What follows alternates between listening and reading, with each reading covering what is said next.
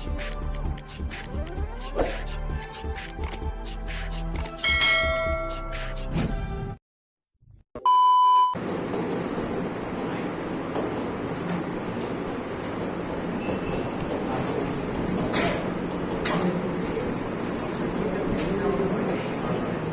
Sell division. Okay, mitosis cell ডিভিশনকে ভাগ করা হয়েছে প্রথমে দু ভাগে। একটা হচ্ছে ক্যারিওকাইনেসিস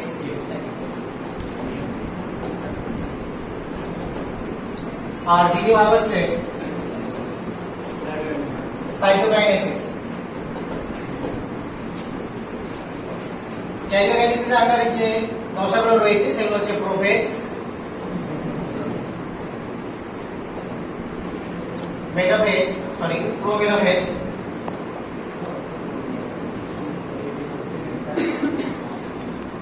কথা বলবে না, prometaphase, metaphase,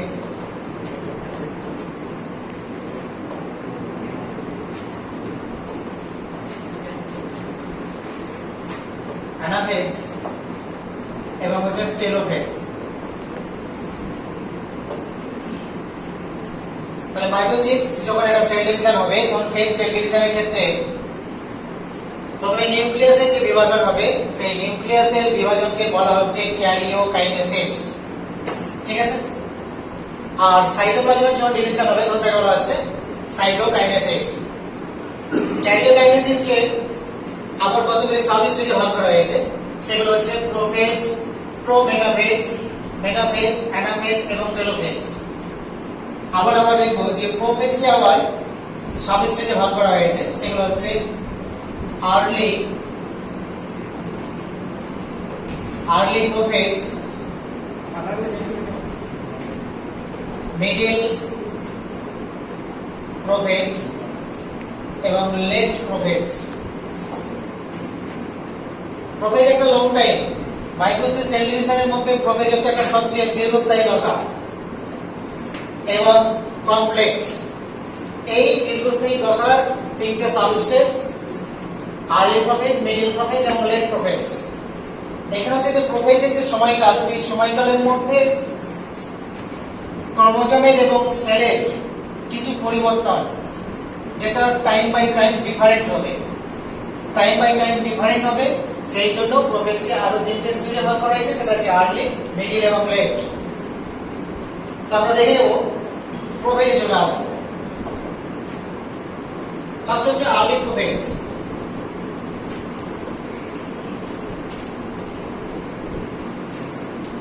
early prophase cell সাইকেলের জীবন দশায় আমরা দেখেছিলাম যে সেলের ভিতর নিউক্লিয়াসের মধ্যে ক্রোমোজোমগুলো সূত্রাকার অবস্থায় রয়েছে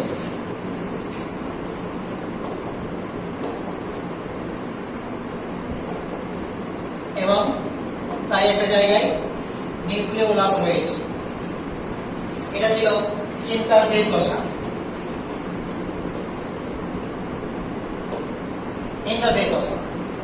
যখনই সেল মাইটোটিক ডিভিশনে প্রবেশ করলো, অর্থাৎ মাইটোটিক ডিভিশনের মাইটোসিসের প্রোফেজে যখন প্রবেশ করছে, তখন প্রোফেজ দশাতে কি দেখা যাচ্ছে?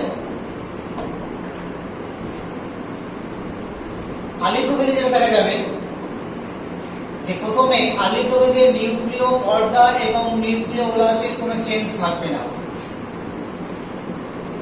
নিউক্লিয় পর্দা এবং নিউক্লিওলাসের কোনো চেঞ্জ থাকবে না।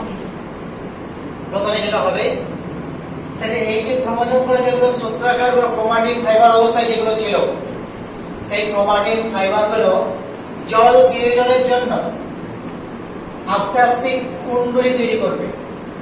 প্রথমে একটু বড় বড় কুণ্ডলী তৈরি করবে। এই উদাহরণ আমি আগে বলেছি একদিন যে ট্রেনের চাকার ক্ষেত্রে সকালে যে স্প্রিং থাকে সেটা একটু বড় বড় কয়েল, অর্থাৎ একটা কয়েলের মধ্যে যথেষ্ট ডিসটেন্স রয়েছে।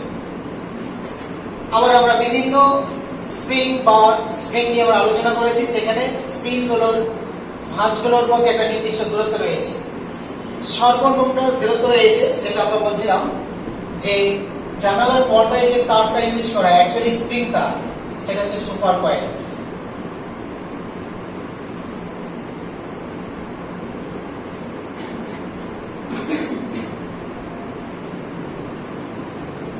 সুপার কয়েল অবস্থায় থাকে।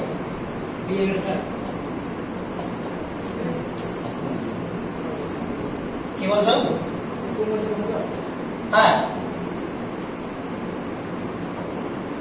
সেল সাইকেল পড়ে ছিলে না? তাহলে এগুলো বলে নিন যে স্ট্রিং এর আমরা বিভিন্ন ডিসটেন্স অনুযায়ী বিভিন্ন স্ট্রিং পেতে পারি। তো ক্রোমোজোম যখন ফার্স্ট আর্লি প্রোফেজে যখন চল বিয়োজন করে, ইন্টারফেস আছে কেমন চলে এরকম ক্রোমাটিন সূত্র ছিল, ক্রোমাটিন ফাইবার। এই ফাইবারের মধ্যস্থ থেকে যখন জল বিয়োজন করবে তখন ক্রোমোজোম দৈর্ঘ্যের দিকে ছোট হবে আর প্রস্থের দিকে মোটা হবে।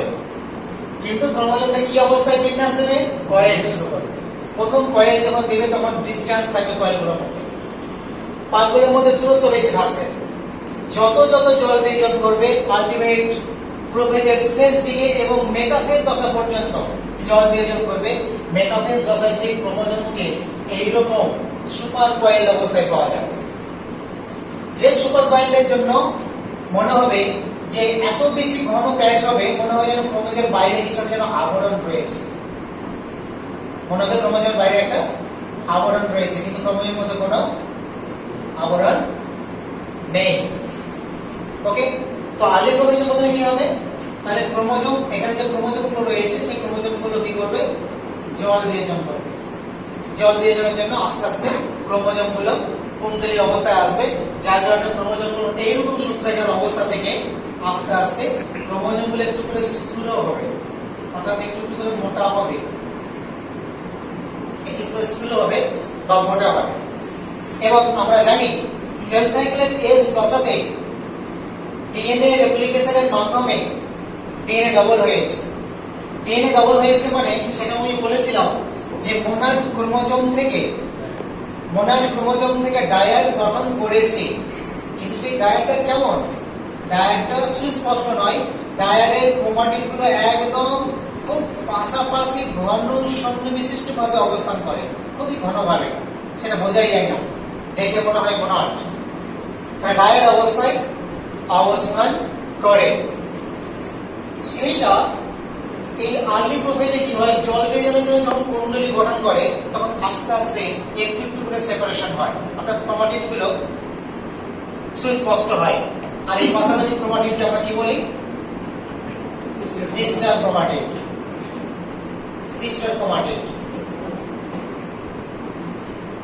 অন্যদিকে প্রাণী কোষের ক্ষেত্রে সেন্ট্রোজোম থাকে, মেরুপ্রান্তে সেন্ট্রোজোম থাকে, যেটা এস দশাতে ডুপ্লিকেশনের মাধ্যমে দুটি সেন্ট্রিওল তৈরি করেছিল। এস দশাতে ডুপ্লিকেশনের মাধ্যমে দুটি সেন্ট্রিওল তৈরি করেছিল, সেন্ট্রোজোম ভেঙে দুটি সেন্ট্রিওল তৈরি করেছিল। সেই সেন্ট্রোজোমের সেন্ট্রিওলগুলি আস্তে আস্তে বিপরীত মেরুর দিকে গমন করবে। এটা যদি সেকেন্ড নর্থ পোল হয় তাহলে এটা হবে সাউথ পোল। সাউথ পোলের দিকে আস্তে আস্তে গমন করবে। গমন করাকালে আলফা এবং বিটা টিউবিউলিন প্রোটিনগুলোকে জুড়ে আলফা এবং বিটা টিউবিউলিন প্রোটিনগুলোকে পর জুড়বে এবং হেটারোডাইমার, অর্থাৎ একটা আলফা চেন, এটা হলো আলফা চেন, আর ঠিক তার পাশে বিটা চেন। এই আলফা এবং বিটা চেন পরস্পরের সঙ্গে স্পাইরাল করে হেটারোডাইমার, এটা হচ্ছে দুটো ভিন্ন।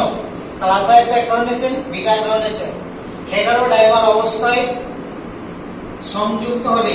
আর এই যে আলফা এবং বিটা টিউবিউলিনগুলো একটা একটা করে জুড়বে, সেই পদ্ধতিকে বলা হয় পলিমারাইজেশন।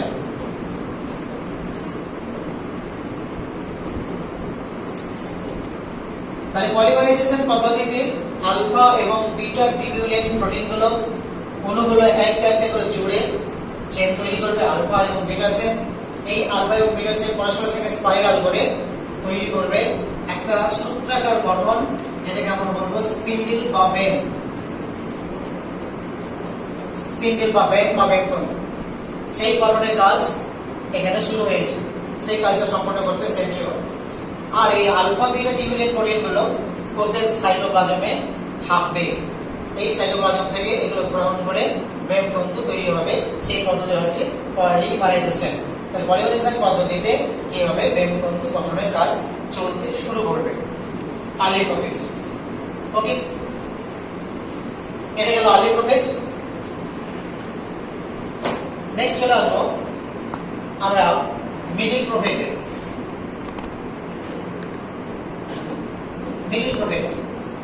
মিডল প্রোফেজে কি হবে, ক্রোমোজোম তখনও জল বিয়োজন করছে, যার জন্য ক্রোমোজোম আরো কনডেন্স, আরো ঘনীভূত হচ্ছে এবং দৈর্ঘ্যের দিকে কমছে, প্রস্থের দিকে স্থূল হচ্ছে। লাস্ট এই যে সেন্ট্রিওল, এই লোকাস থেকে আরো সরে চলে আসবে, অর্থাৎ আস্তে আস্তে সে সাউথ পোলের দিকে আসছে।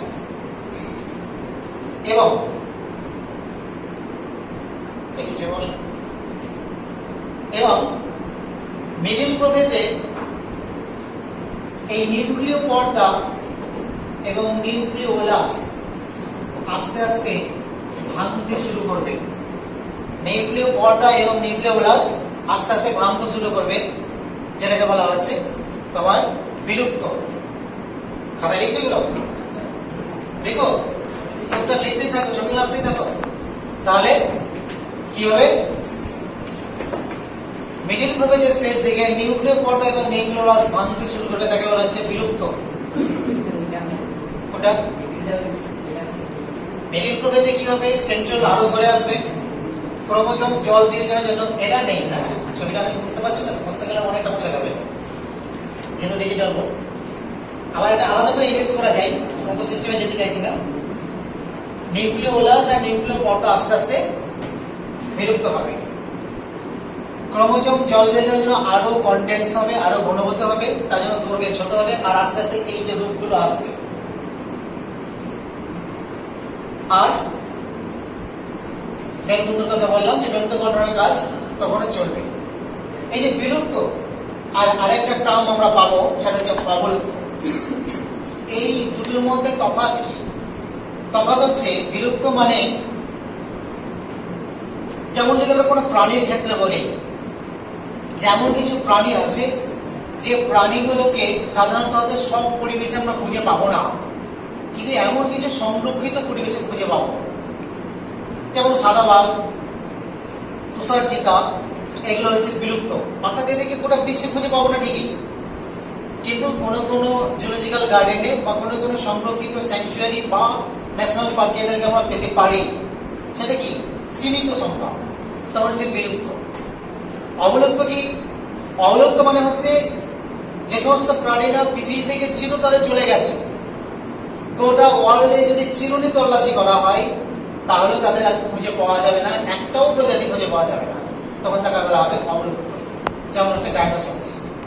ডাইনোসরস হচ্ছে একটা অবলুপ্ত। ডোডো পাখি অবলুপ্ত, এরকম প্রচুর উদাহরণ আছে। তো ডাইনোসর সম্পর্কে তোমরা বেশি জানো, জুরাসিক ওয়ার্ল্ড দেখেছো। সেগুলো হচ্ছে সব একটা মানে কি বলবো, ওগুলো ভিডিও এডিটিং এর মাধ্যমে বানানো হয় এবং সেখানে মানুষ কিছু ড্যামি তৈরি করে কাজটা করে। যাই হোক, এই ডাইনোসরস হচ্ছে অবলুপ্ত, অর্থাৎ একে আমরা খুঁজে পাবো না ওয়ার্ল্ডে, কোথাও খুঁজে পাবো না। কিন্তু এই যে আমি দুটো নাম বললাম, তুষার চিতা বা সাদা বাঘ, এগুলো কোথাও না কোথাও আমরা পাবো। আমাদের এই কলকাতা জুলজিক্যাল গার্ডেনেই সাদা বাঘ আছে, কিন্তু আমরা তাকে যদি এতে খুঁজি, সুন্দরবনে খুঁজি, পাবো না। বা আমাদের ওয়েস্ট বেঙ্গলের আরো যে সমস্ত স্যাংচুয়ারি বা ন্যাশনাল পার্ক রয়েছে সেখানে পাবো না। এটা গেল মিডল প্রোফেজ। চলে আসছি লেট প্রোফেজে।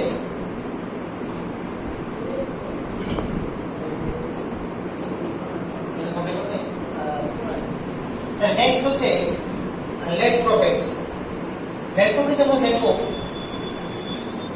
যে নিউক্লিয় পর্দা আর নিউক্লিওলাস এখনো পুরোপুরি যায়নি, কিছুটা করে আছে, অর্থাৎ বিলুপ্তির দিকে।